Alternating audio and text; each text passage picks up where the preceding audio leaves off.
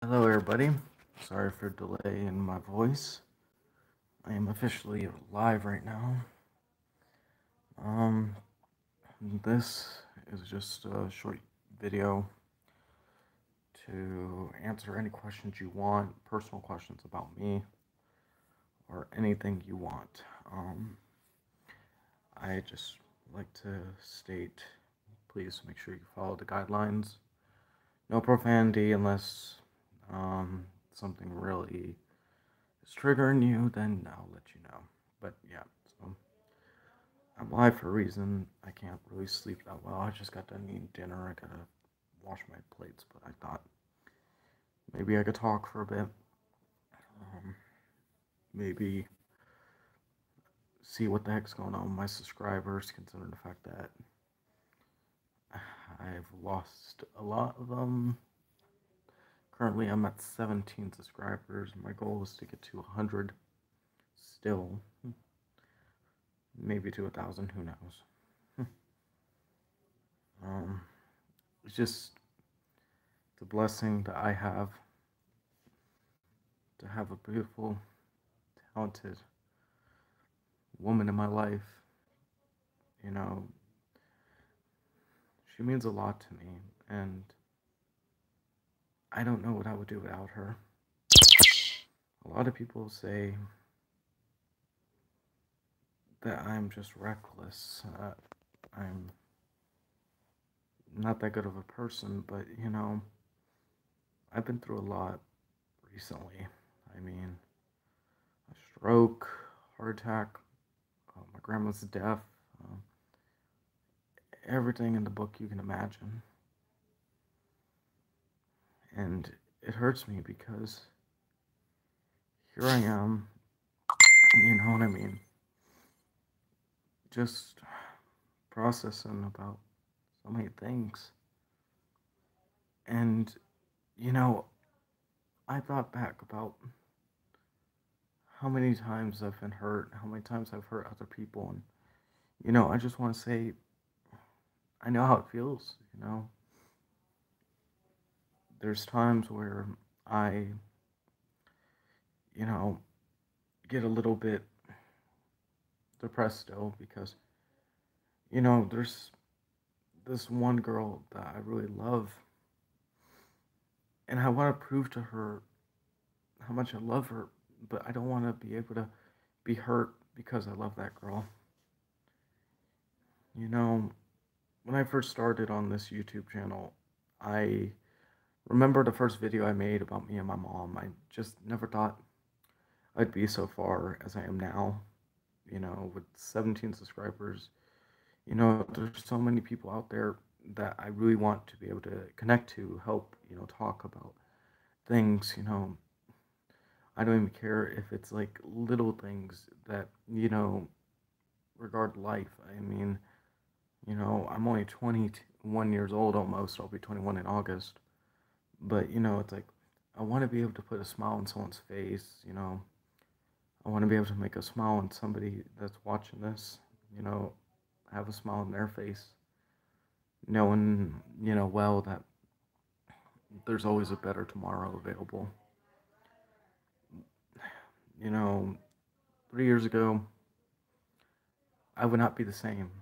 At 17 years old, I was going through the foster care system out in Michigan, which I remember clear as day when I used to tell myself, things like I'm never going to find love or love is going to come my way, but it's going to keep on running away. And it really hurt because,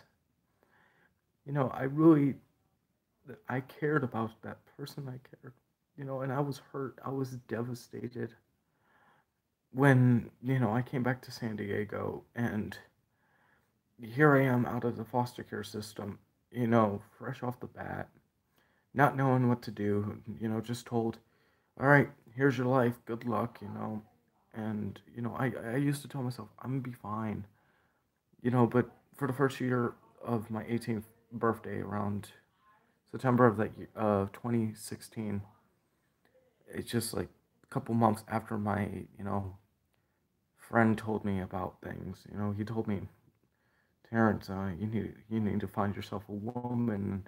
At that time, I was still confused about love, you know, because here I am, coming back from foster home, losing my first ever girlfriend, which I'll never forget her, Destiny Racine.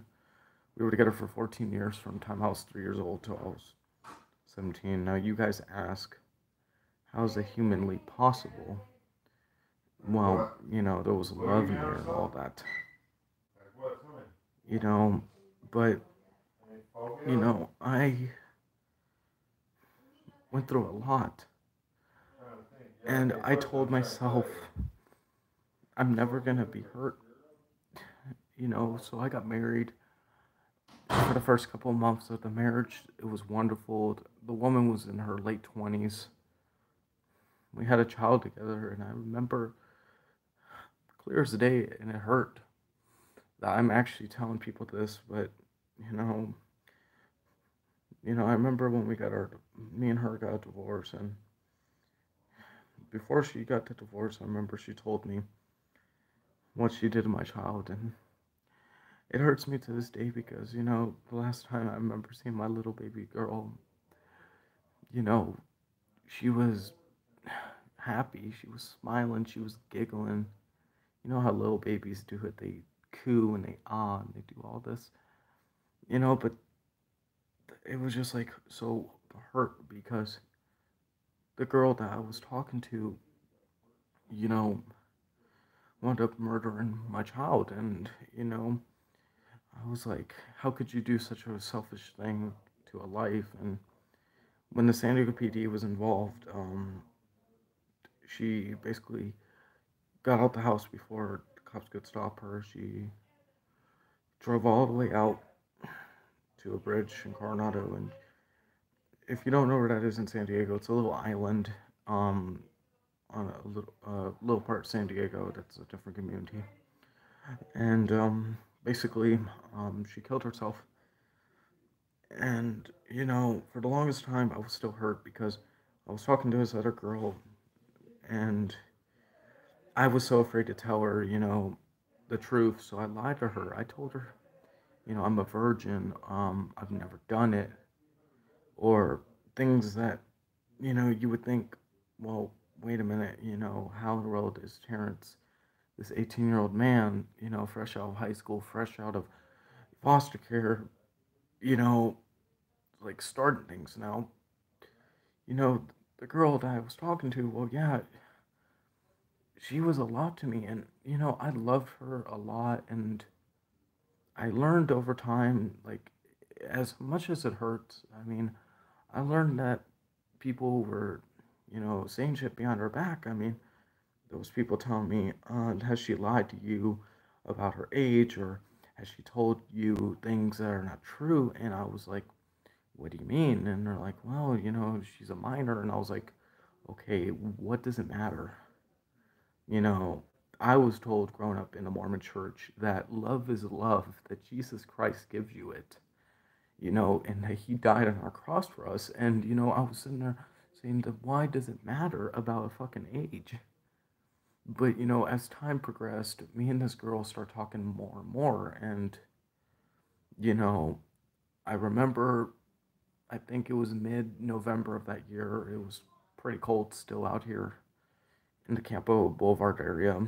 I told her that I was going to meet her that night on her property because I guess her mom was in the hospital. So me and her got together, and I never forget it because that was the first time me and her actually got like intimate with each other.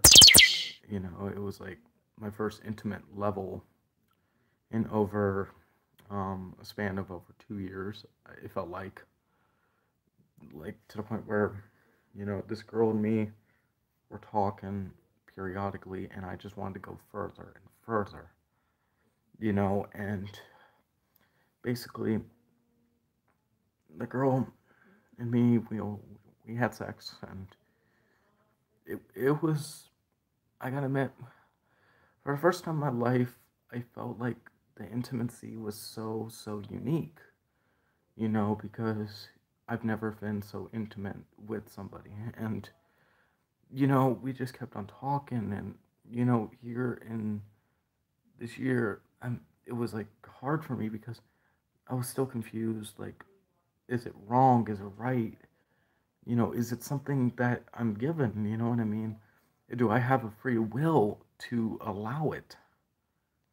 So later on that year, I was allowed to come over to her house, a lot. Her parents, introduced her uncle, my bad, introduced us, So, at first, my first reaction when I first saw her, I was like, how do I explain it? Like, I'm not being like a pedophile when I say it, but she was beautiful for her age, I knew she was 14, but I thought, she's very talented. She's attractive. She's young. She has a lot of potential.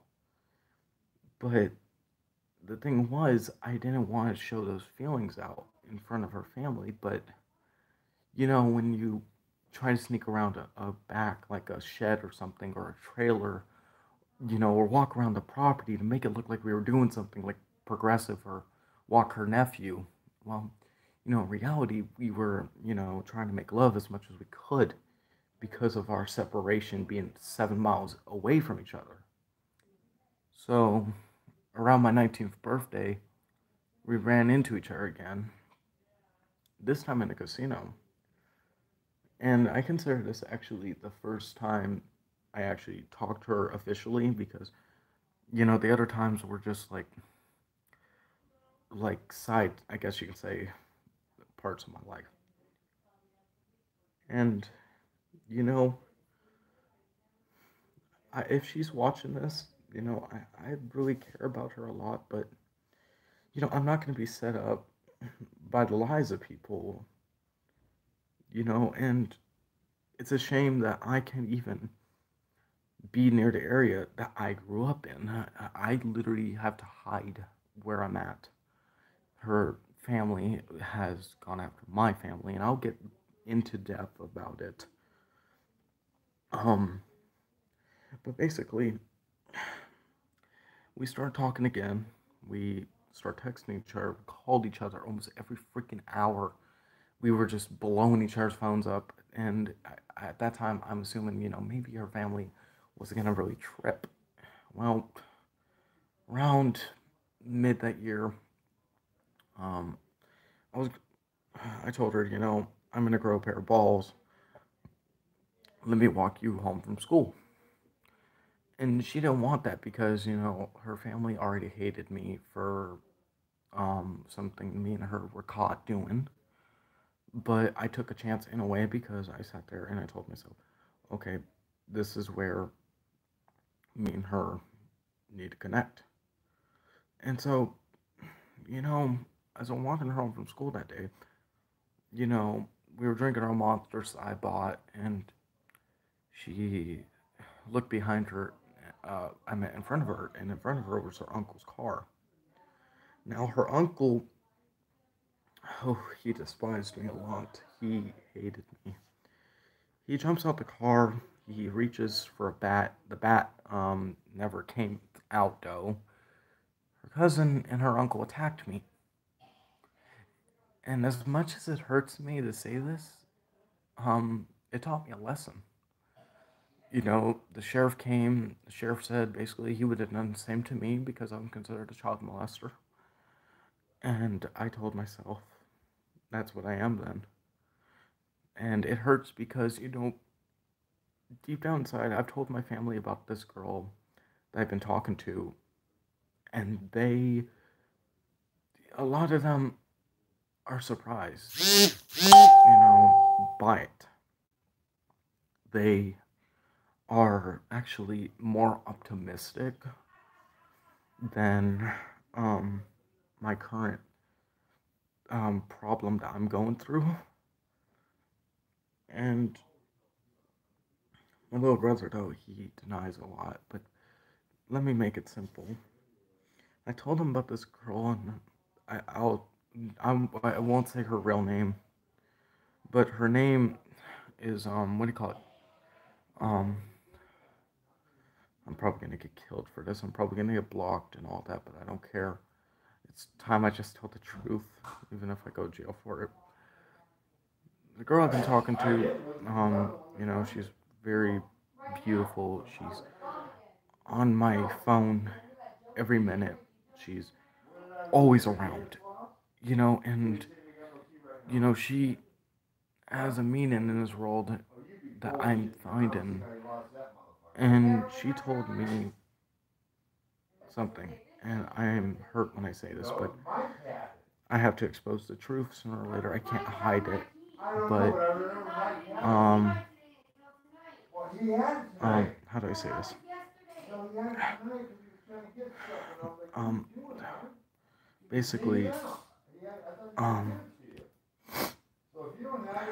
okay, I'm just gonna say it. Lord forgive me. I'm probably gonna get killed for this, or worse. The girl, whoever's watching, is gonna go after me. But this girl I've been talking to, she's from a different part of, I guess you can say, my world. And what's unique about this girl that I've been talking to is she's more than anything. She's a friend, she's an ally, she's a sister. She's someone I look up to, and she's someone I see fit in my life to be around, to talk to when it comes to things, when I'm stressed. And, you know, when after the ass beating, I'll continue with that real quick. After the ass beating, I basically went to the hospital, 2 broken ribs, concussion, and a couple other things. I'm not going to go into detail because they're kind of graphic, and I have to watch the thing on YouTube. It's a guideline. I can't go graphic. But, how do I say this? I'm cold saying this, but, pretty much, I, fuck, how do I say this? I was from her. Okay, so my family stayed away from her. My brother went after this girl's family, went after this girl named Sarah Trout. She is the girl that I was talking to back then, and I'm talking to, I guess you can say right now. And my brother tried, but failed, so no biggie. Later on that year, around June, to be exact, last year, um, me and her made a plan in early May that we were going to run away together. Now, keep in mind, the penalty in California, it's 18 up for consensual sex, anything. And me and her were since that we were just going to run off and never come back. We said, fuck our lives, fuck our families, we want to start a new life fresh. We had friends that won't give their names out for privacy. But we basically, we we were gonna get to Arizona. From Arizona, we were gonna go out to Michigan or something, or Utah, I believe. I think it was Utah. Forgive me if I'm wrong, but um, we basically were gone for 6 days, and during those 6 days, we were how should I say? We were we were actually free for once. We were able to love each other intimately. I mean, it was the first time me and her actually connected as a husband and wife, it felt like. So, basically, what I did, and the Lord's probably gonna kill me for this, but I basically manipulated her and I said, we can get married to the Mormon church. Now, you need a real marriage in California. It's against the law to fucking, make a common law marriage unless it's been past 10 years. So, I said, okay, well, we're married through the Mormon church. And, as much as I hate saying it, I really have manipulated her. You know, she basically, she went after me. She was pissed, I bet, when she found out the truth. But so we got caught around the 6th day. It was late afternoons, around like 4ish. And I remember when we were driving off, we were heading towards the freeway, and the police stopped us. And our deal was if we got caught, we would kill each other. so then we could be with each other. So basically, um, after we got caught, I was handcuffed in front of her. She started crying her eyes out, and it hurt me so fucking bad seeing the girl that I was talking to, the one I was in love with, be crying in front of me. It burned me. But I continued to, stay strong. I prayed about it. I said, Lord, if you get me out of this, I know I'll be fine. I know I could survive this as you're my shepherd and you're always there with me. Well, about 30 minutes later, my attorney, I called him up. I was like, hey, I have a little problem. I'm stuck here in Calexico, which is a little border town near Mexico and the Yuma border. So we were told, I was told, not we, I was told that he could set my bond, get me out, that day.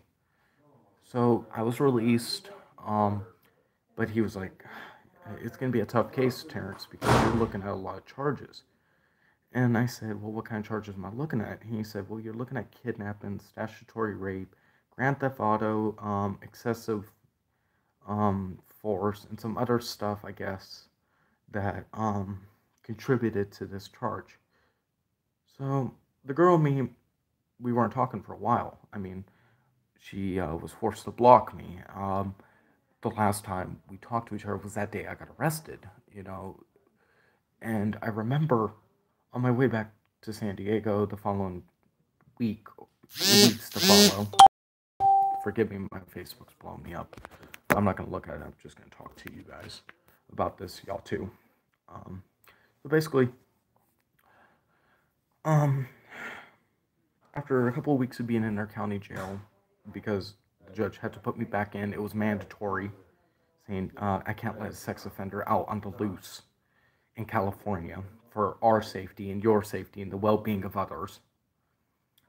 When I went to court, which this girl never found out I went to court, she is under the assumption her parents never pressed charges, even though I did go to jail. And I was facing 52.5 years, they said. That would be the maximum sentence I was given, plus if I was to be released. So, basically, how do I say this? I was found innocent of all charges. They dropped everything off. They said, you're done. Get out of our courtroom. Don't come back to this city. Don't ever think about doing that again. And the judge said, have a good day, Mr. Leonard. Thank you again. I'm on a video, sir. I'm missing a fucking, I don't know where your stuff is, but I'm literally on a video right now. I'm live right now talking to some people. No, this is bullshit. Well, I'm sorry. If you get offended, I'm trying to talk to some people right now. Well, talk to them. You can't talk to me and them at the same time? Kind of hard, I understand. I'll leave them alone. So, like I was saying, guys,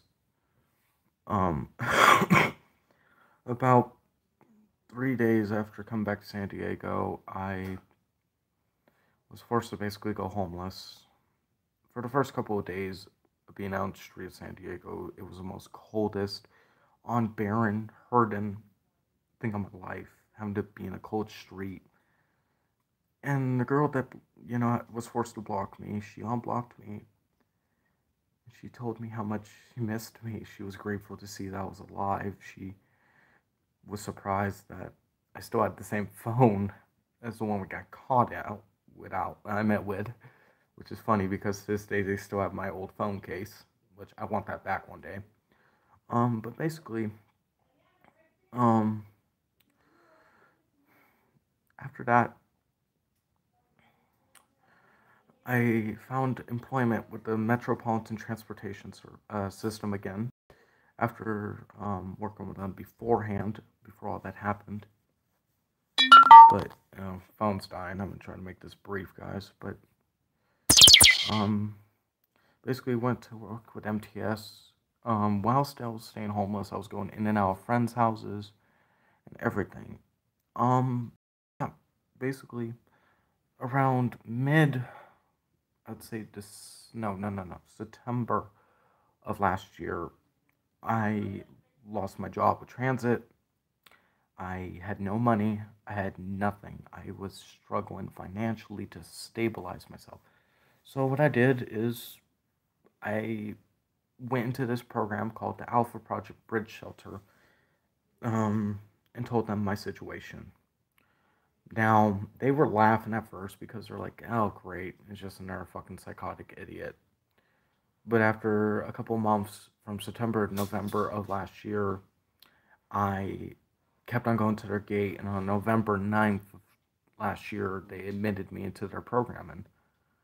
And it was crazy because I was actually surprised. I really didn't think they were going to let this program help me out. So, around mid December, we broke up again. And she was kind of pissed because I went to her friend, you know, back and forth from September to December, back and forth. Just kept on going from her to her friend, her friends to her, and there's this one girl I met that was one of her friends originally, and I'll keep her name private and confidential, but she basically about herself told me something weird, that she was born real close to the person's age, which was hilarious. As I laughed, I was like, "Oh, great! It's just another version of her." And after talking for a bit, in early, I believe December is when we started talking. I believe, or November, I don't know exactly. I felt this bond with her, and as much as I hate to say this, and you can block me after I say it, but for once, that girl, the one that I'm talking to this day, she actually has talked to me a lot, has given me inspiration to not give up, to not be stressed. She's, for God's sake, what I consider a safe soul. She's a blessing in my life to talk to. And, I know it's going to hurt me in the long run, but that girl, she has a lot of my heart. And I don't know how else to thank her. Will you please introduce yourself to this chat? The person I've been talking to, one that I really want to be able to be with one day. Will you please introduce yourself? Before this phone dies, at least for me.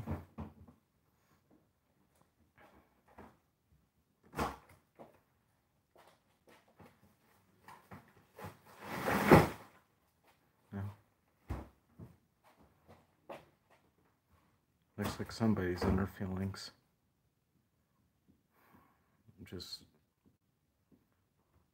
I'm sorry that you're pissed off right now. You gotta think how it feels coming out the hospital, but maybe you'll forgive me one day. Who knows? Maybe not. But I just wanted to say in closing that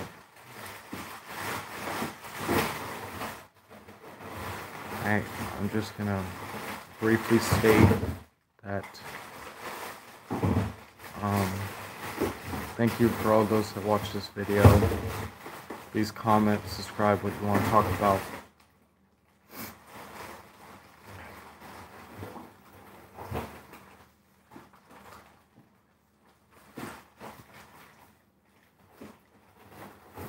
If I'm shaking my head, you know what I'm talking about.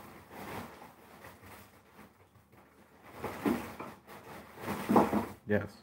I'm talking about my princess.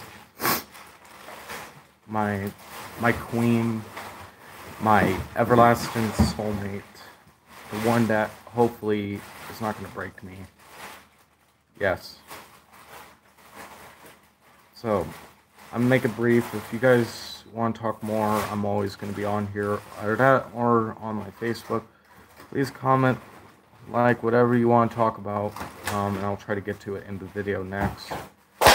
But I gotta charge my phone up, guys, and I'm definitely not trying to see my phone die on a chat with you guys and then have you guys all flip out on me. So make sure you tell me what you want to talk about.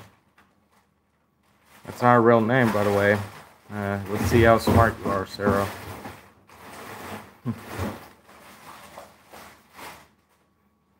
I'll just stay in closing. I feel like that I just gonna probably deal with it. But yeah. To all those that are watching this video, I want to thank you for watching. Sophie, thank you for watching. Sarah, thank you for watching. Third person, I don't know who you are, but thank you for watching, and God bless you guys.